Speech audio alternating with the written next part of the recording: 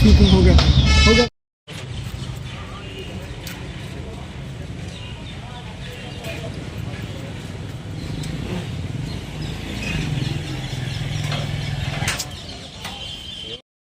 बेटा क्या नाम पता है, आप यहाँ क्यों आई हो, क्या है पूरा मामला?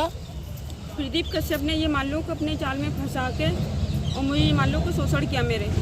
मुझे कहीं जाने का नहीं, आने का, कहीं जाने नहीं देता था। मुझे ये कहता था कि मैं तुम ही हो, मेरी जो कुछ हो। मेरी वाइफ 11 साल से दूर रह रही है और मैंने बोला था मैंने तुम्हारी एज में मेरी एज में बहुत फ़र्क है कि नहीं, तो मुझे मान लो कि कहीं जाने नहीं देता। मुझे मार मार के जो मान लो कि अपनी गाड़ियों में बैठा बैठा के मुझे ड्यूटी जाती, ड्यूटी पे भी लेके जाता था। मुझे वहाँ से मैं आ भी जाती तो फिर मुझे मार पिटाई करता था कि जो कुछ हो तुम हो मेरी, मेरे कहीं नहीं जाने दूंगा, नहीं आने दूंगा तुम्हारे लिए। मैं ये कब से चल रहा है सर? ये है अब तो ये से 3 साल से इधर आ गया ये जी। 3 साल पहले की। और मैं आती जाती रही हूँ, गोरखपुर में भी इसका पोस्टिंग वगैरह रही है जी। और सेंटर यहाँ भी आई हूँ मैं 3-4 बार जी, है ना। कहाँ तैनाती रही, कहाँ आप इनके साथ हैं?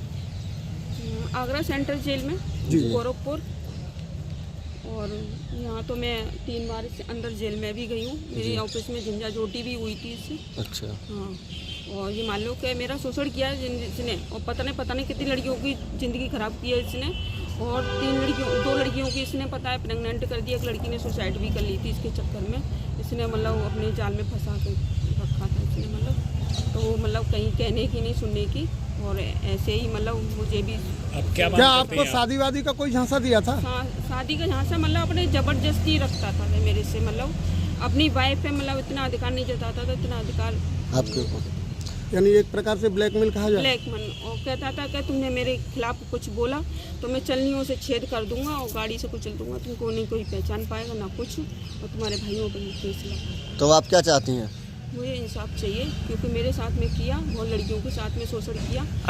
अभी कोई लड़का अभी कोई लड़की को छेड़ दे तो वो जेल चला जाए। आपको जान से मारने की भी धमकी? जान से मारने की धमकी दी है। और मैं आगरा में रही हूँ, मैं आगरा में 2 बार मेरे पास घटना हो चुकी है। मैं आ रही थी, संडे वाले दिन की बात थी, तो एक लड़का आया पीछे देखता रहा। फिर मैं गली में घुसी हूँ तो वो दौड़ता हुआ आया कि मैडम सुनिए। उनकी भैया बताओ क्या है कि आप मोबाइल लेके कहता मैडम इसको जानती हो? तो मैंने कि भैया मैं नहीं जानती। तो प्रदीप कश्यप का फोटो था उसमें। तो बोलने लगा मैडम आप सब जानती हो, मतलब ये तुमको छोड़ेगा नहीं और किसी दिन मतलब तुमको पता नहीं चलेगा। आपने इस बात की बेटा थाने में कोई शिकायत की है? थाने में नहीं की, मैं डर की वजह से नहीं निकली थी। और मैंने DIG से मैंने फ़ोन करके बोला, कप्तान साहब से मैंने फ़ोन करके बोला था मैंने, और DG से मैंने उनके व्हाट्सएप पे मैंने सारी डिटेल फोटो वगैरह सब कुछ। ये कब दिया? ये एक हफ्ता से लगभग हो गया। क्या आश्वासन मिला वहाँ से, कोई रिस्पांस मिला? उन्होंने वो ये बोला था कि लिखित में दीजिए। ठीक। मैं डर की वजह से नहीं निकल रही थी कंप्लेंट देने के लिए। सर, एक जेलर साहब के आवाज़ का हाई वोल्टेज ड्रामा का ये वीडियो सोशल मीडिया पर वायरल हो रहा है, क्या मामला है सर, क्या जानकारी है? देखिए, एक महिला का जो कारापाल आवास है उस पर आने का एक बात सामने आई। तो मेरे द्वारा जो महिला डिप्टी जेलर हैं उनको संज्ञान लेने के लिए इसके लिए भेजा गया। तो प्रथम दृष्टया इसमें जो है एक पर्सनल मैटर प्रतीत होता है। और फिर भी जैसे अगर इसमें किसी महिला को कोई अगर दिक्कत है तो वो अपने न्यायिक अधिकार का प्रयोग कर सकती हैं। और यदि उनके पास कोई विभागीय जो है तथ्य ऐसा है जिसमें कोई हमें देना चाहते हैं तो वो हमें दे सकती हैं। और इन महिला के द्वारा न पूर्व में और न अब कोई भी कंप्लेंट जो है कारागार में नहीं की गई है।